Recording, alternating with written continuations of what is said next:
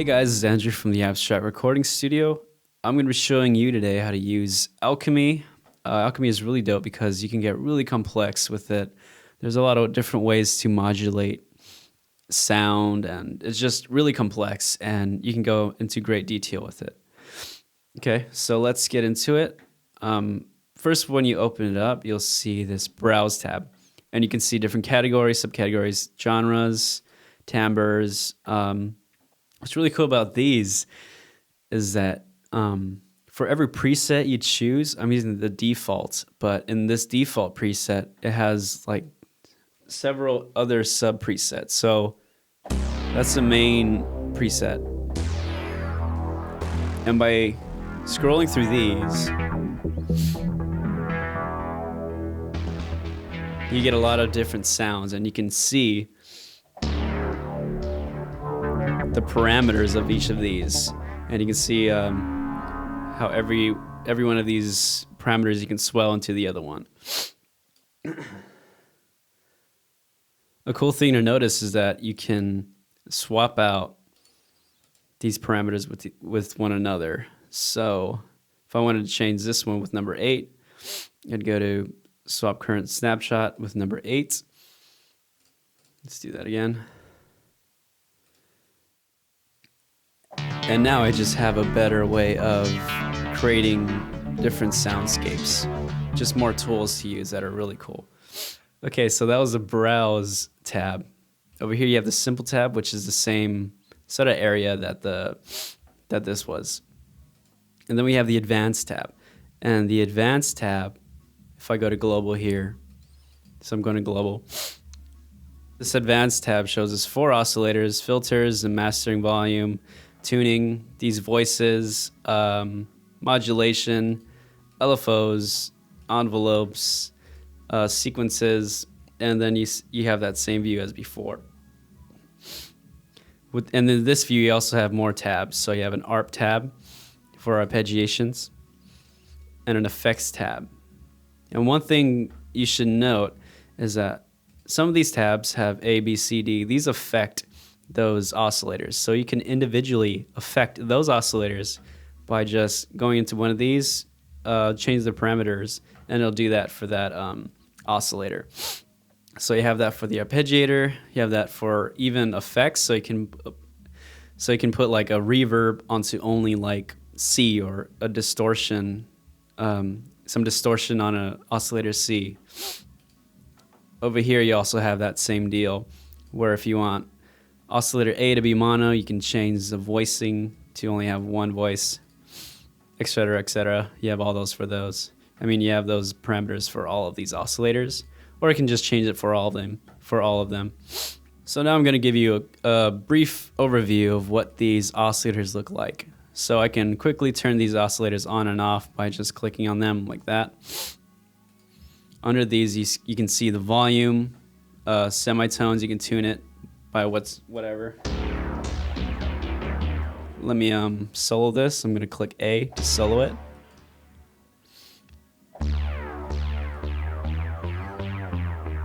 So that's your tuning. I'm going to put it at 0 now. Your panning, and then there's additional effects here, which I'll go into later. So those are your oscillators. Inside of these oscillators, you have even more options, so you can fine-tune it. You can change the position of the waveform. You can affect the speed of the waveform. Let me show you that. You can't really tell. It's hard to tell what it's doing, but this is also the position. If you were to choose more complex waves, you can definitely hear the difference between these parameters that I'm choosing from. You can also double-click these to reset them to 0. Okay. And then there's this weight knob. So if you hit a note, it will actually weight that value. So if I hit it right now, I'm hitting it right now, and then it came in later because of the weight. You also have these filters. You have 3 different filters, which is great. And for this filters section, you can either separate the series of these filters. So let's say I want this much cutoff on 1. This is a low pass. And this much high pass for 2. This pretty much combines both of those filters. So you're hearing them at the same time. When I turn this on, you're still hearing the effects of filter 1, but you're also hearing the effects of filter 2. So it separates those from each other. And you can also add resonance and drive to those filters.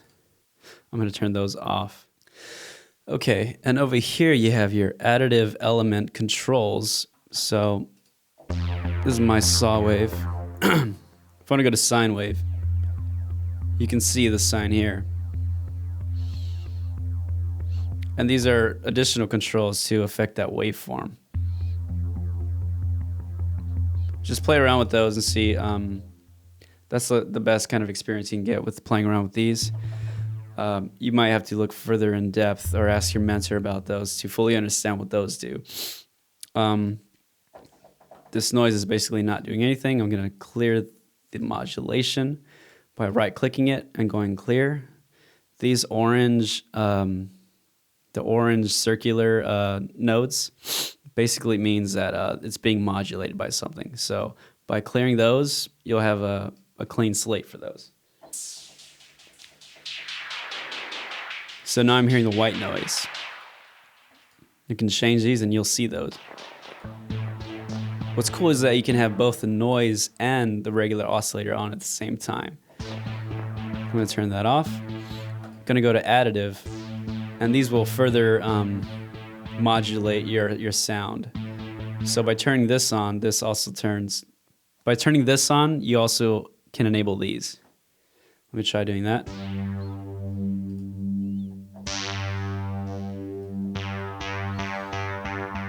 And these basically affect the harmonics of the waveform. You want to experiment with those to get a deeper understanding of them.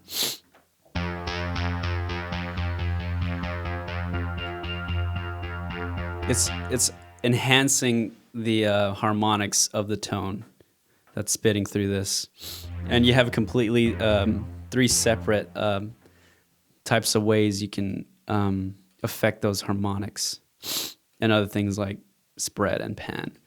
Spread means the width of the sound, the stereo image of the sound. Pan is how much it's going to be panned. Okay.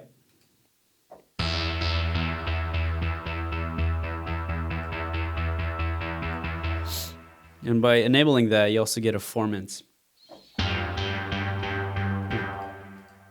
option.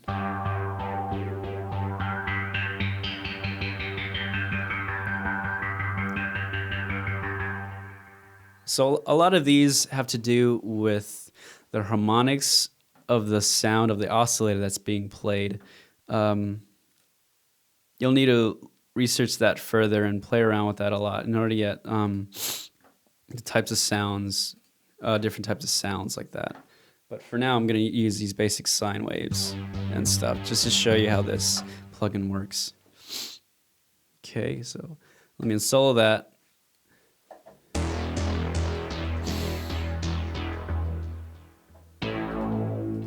And you get all those different types of options for all of these oscillators. In addition to those oscillators, you can also import audio. And let me just find something really quickly. Acoustic piano. Any of those will do right now. Import. I'm going to solo these, and I'm going to show you the different options I have for the element. Okay, so that Steinway piano is loaded. I'm going to solo it. And you have the same options for that as well.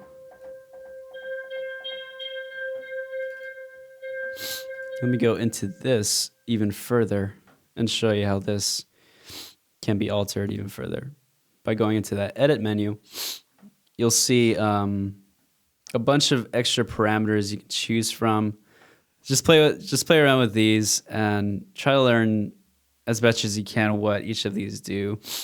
It's not crucial that you learn all of these parameters, but it can be a big difference if you're really into sound design and you're really specific with getting a sound that you'd like. Let me go back out of that edit menu. I'm going to click this X, exit out of that. And I'm actually going to reset to the default by going in that menu, recall default, and now I'm at default again.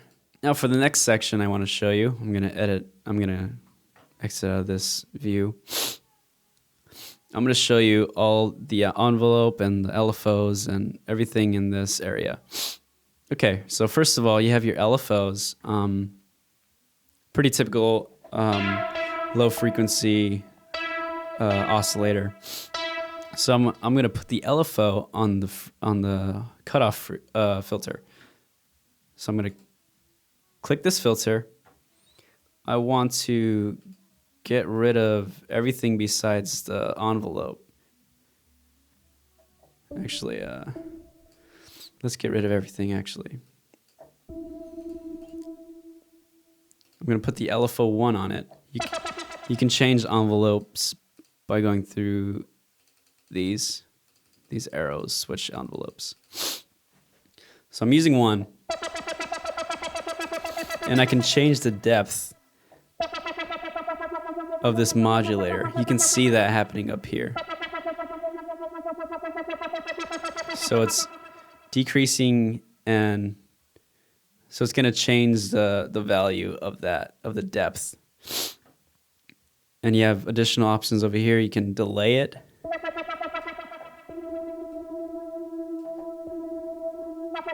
So I'm delaying it by a second. And attack is really cool. It's going to start off slow and then increase in value. I'm going to skip phase for now. Then you have your rate. And obviously your sync, so you can go between hertz and sync it with the tempo of your track. And over here is a really important thing to note. Bipolar. Click unchecking and checking that changes the starting point of the LFO. Let me change the depth. So it's starting at 0, going to 100 and coming back down to 0. Whereas if I put bipolar on, it's going to start in the middle of that value.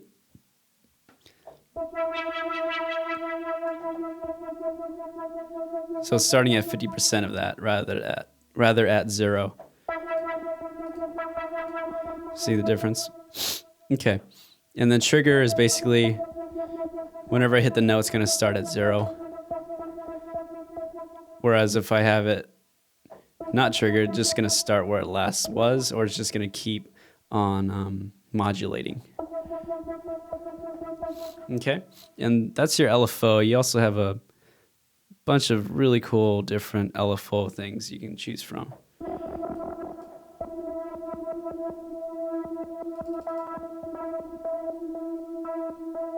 Really cool stuff. Okay, moving on to the envelope. Okay, for your envelope, let me switch this to envelope. So now my filter is being affected by the envelope. I'm going to change the depth a little bit. I'm going to clear these out so you can visualize what's happening.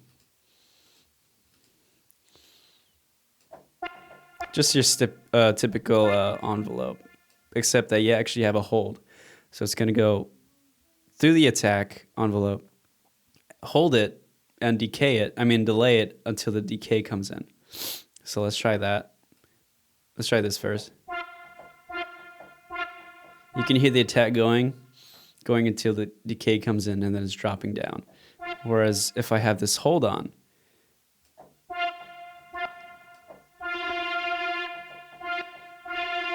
it's going to hold it. It's almost like actually it's not a sustain, but let's bring the sustain up and you can actually hear what it's doing.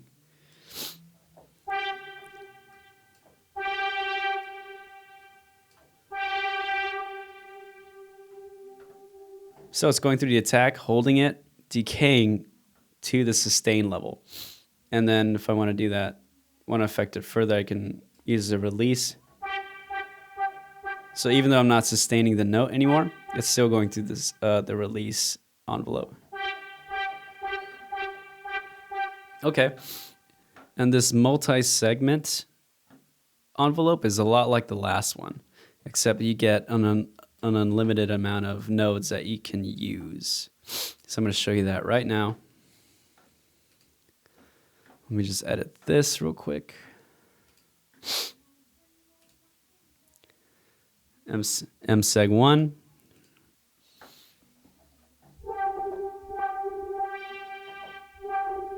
And this is your sustain. It's pretty transparent that this is the sustain, but it is the sustain.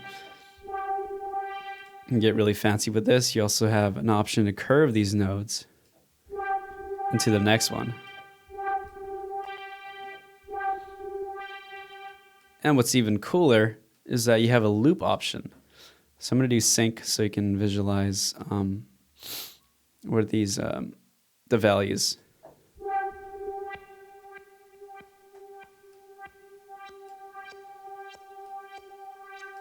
So this is with the loop on. This is your loop mode. That's sustained. So when I'm holding the note down, it's going to continue that loop infinitely as long as the note is sustained. Continuous, it's going to do the same thing as the last one, except when I release the note, it doesn't go through the release envelope. It keeps going through the loop.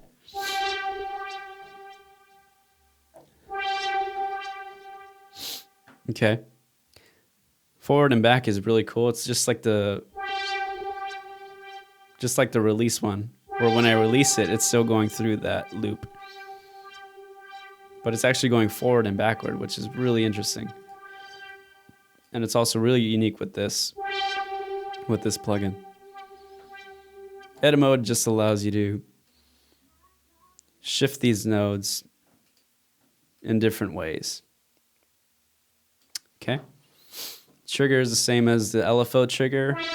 It's always going to start at 0. So now that it's not on trigger, it's actually going to loop that forever. With sync on, it's going to grab to the grid, these nodes. With it off, you get a little bit more freedom, like that. Cool. And those are your multi-segment and envelopes. Okay, now moving on to the sequencer. I already set it up so that cutoff is now being only affected by the sequencer, by sequencer 1. So you can hear that and you can visualize that too. Turn it lower. Let me randomize these a bit so you can see what's going on. And actually, let me change the rate slower. Let's do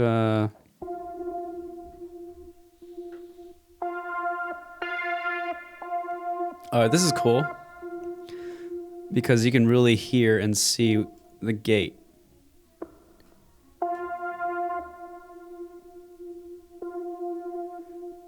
The gate is pretty much the delay between values. So it's pretty much the decay of all these values. Right? If it's all the way up, there is no decay, pretty much. They all just trying to flow through one another. Change this a little bit faster. I'm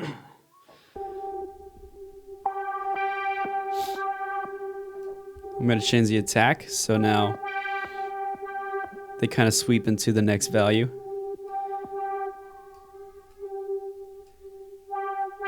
And the release does that too, it just...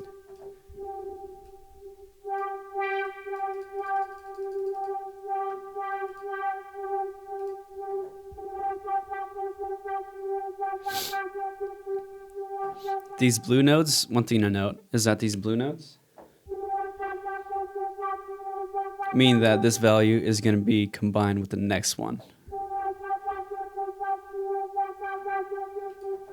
So just like the arpeggiator in Logic, you can combine these notes so that rather than it's a straight eighth note, it's going to be a quarter note,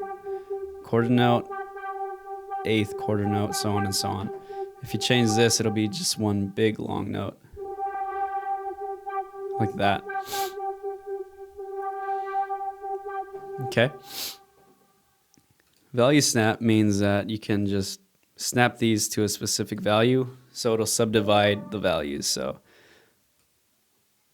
it's subdividing by two increments. If I go to 4 or 5, it's going to subdivide it by 5. 1, 2, 3, 4, 5. So on and so forth with that. You also change the length. It's a different view just to visualize it. These are tied into each other. So these are short, and these are longer. So you get really creative with this. Let me change the length with this. You can also save these and go to different presets and trigger it too. So it's going to keep going until you press it again, until you press a note again. And that's basically all that is for the sequencer. I mean, there's a lot of neat tools you can do, such as the swing, and adjust the attack and the gate of these. But once you wrap your head around those, it just becomes a lot easier in the long run. Okay, let's move on to the mod map. This mod map can get a little complicated, but what this mod map does, wherever you have a modulator, you can also choose a mod map for that modulator. So an easy way to visualize it, let me go to this is still the cutoff, right? Okay. So let's go to note property velocity. And now when I strike a note hard versus soft, that's the velocity changing the cutoff value. Now what this mod map does, originally it's over here. So that means the zero value is going to be the zero value of the velocity. Let me try to visualize that better. Okay. So this is normal, right? Soft velocity. I'm striking down the note harder, so it's a bigger cutoff. Or less of a cutoff, I should say. So it's brighter, and now it's dull and dark. If I were to switch this, that means the exact opposite of what I said is going to happen. So softer velocity is now affecting the cutoff more, and harder velocity is affecting the cutoff less. So if I made all of these the same, no matter what velocity I have on it, it's always going to be the maximum cutoff, or the maximum value. Okay. So let's change it to original. So now it's going to be soft velocity and then hard velocity rather than the other way around. Just play around with that and you'll get it. One useful thing I see out of this is like a curve like that. So only the loudest strikes affect the velocity a lot, or whatever you're modulating. So only very large values will affect the modulation. Okay, and the last thing I wanted to show you guys is this Morph tab down here. Let me do this. Okay, so let me go to that. This is an XY pad. It's different than these. The reason why you see two dots, this is your main mixer control. But there's this ghost dot And this is being affected by this modulation right here. But let's combine them just for now. So this is basically a mixer. When it's down all the way in the left, bottom left, it's at C. So when I go to A, all the volume's coming out of A, and it slowly blends into the B as I go into the B section. So now you're hearing all the oscillators in their relative values. So this is basically a mixer, and this is modulating that mixer. So that's why you see this here. And you can also see here, this is going from saw to square. Saw is A, and square is B in this case. So you actually have this mixer down here. You don't have to go into this morph. For this specific preset at least, you have that option in here. Okay, and moving on. This is basically the same thing as the other mixer, only it's only on one plane. It's only on the X axis. So let me use this modulator to show you.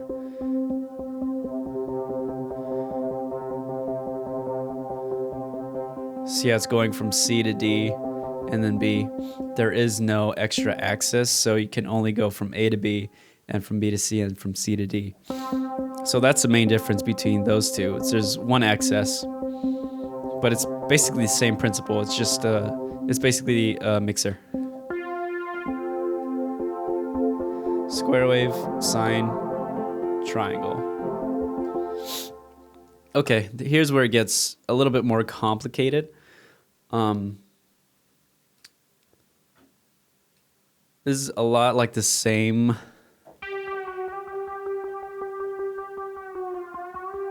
the same other two views, except it's morphing between these different oscillators. And it's more obvious, it's mostly used for when you're using audio samples or even in this elements tab thing right here, you can see that you can edit the format of it, the pitch, spectral, modulation, virtual analog, oscillator, and the envelope. And these two are basically the same thing. This one has two axes.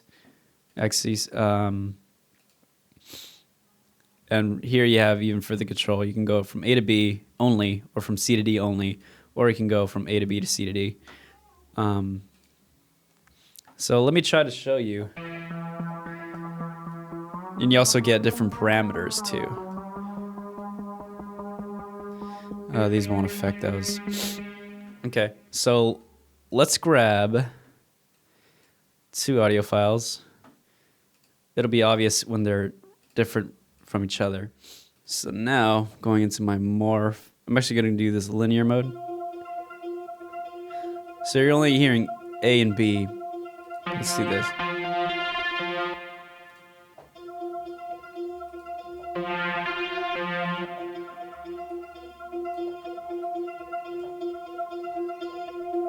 And let's morph between them.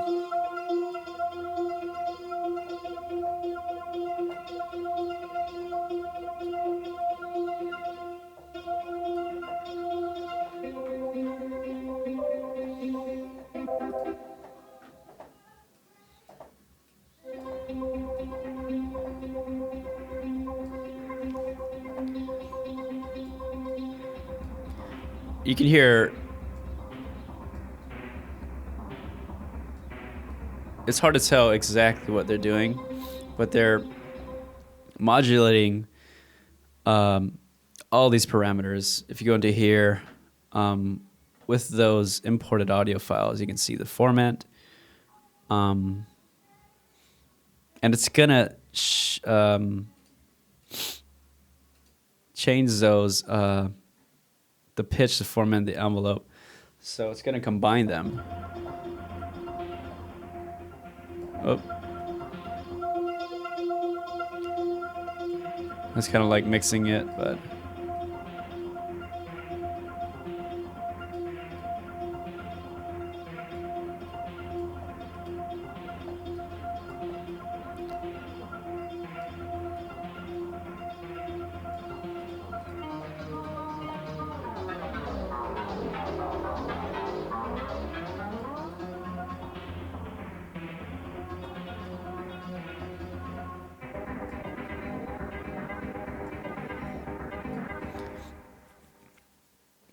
So by using these parameters, they kind of morph between the two different sounds. Try to find different sounds for this and experiment. It's tough to really hear what this is doing, but that's part of the morph modulation, and you can see that these values are actually green now, just to indicate that that's actually happening. Try to find some presets that have these green values so you can see how these parameters will affect those. But anyway, one thing I haven't touched on was the arpeggiator. It looks a lot like the sequencer, has basically the same kind of values and parameters. One cool thing is that pattern. You can actually change the patterns, so you can have multiple different patterns, sort of like presets, and you can switch between those. You can actually modulate through those, which is really cool. A lot of different options in here. You can also just do one oscillator or do all of them. For the effects, it's the same thing. You can modulate through all of these things. It's really cool to try and get creative and just find some presets and try to find some cool things that you can do. But yeah, one cool thing you can do is just adding certain effects to only certain oscillators, or having audio files as well as oscillators, or combining white noise with these oscillators and another audio file. So there's so much you can do with it. Alchemy gives you so many options. You can modulate through everything. One quick thing I want to mention is that you can also download more presets.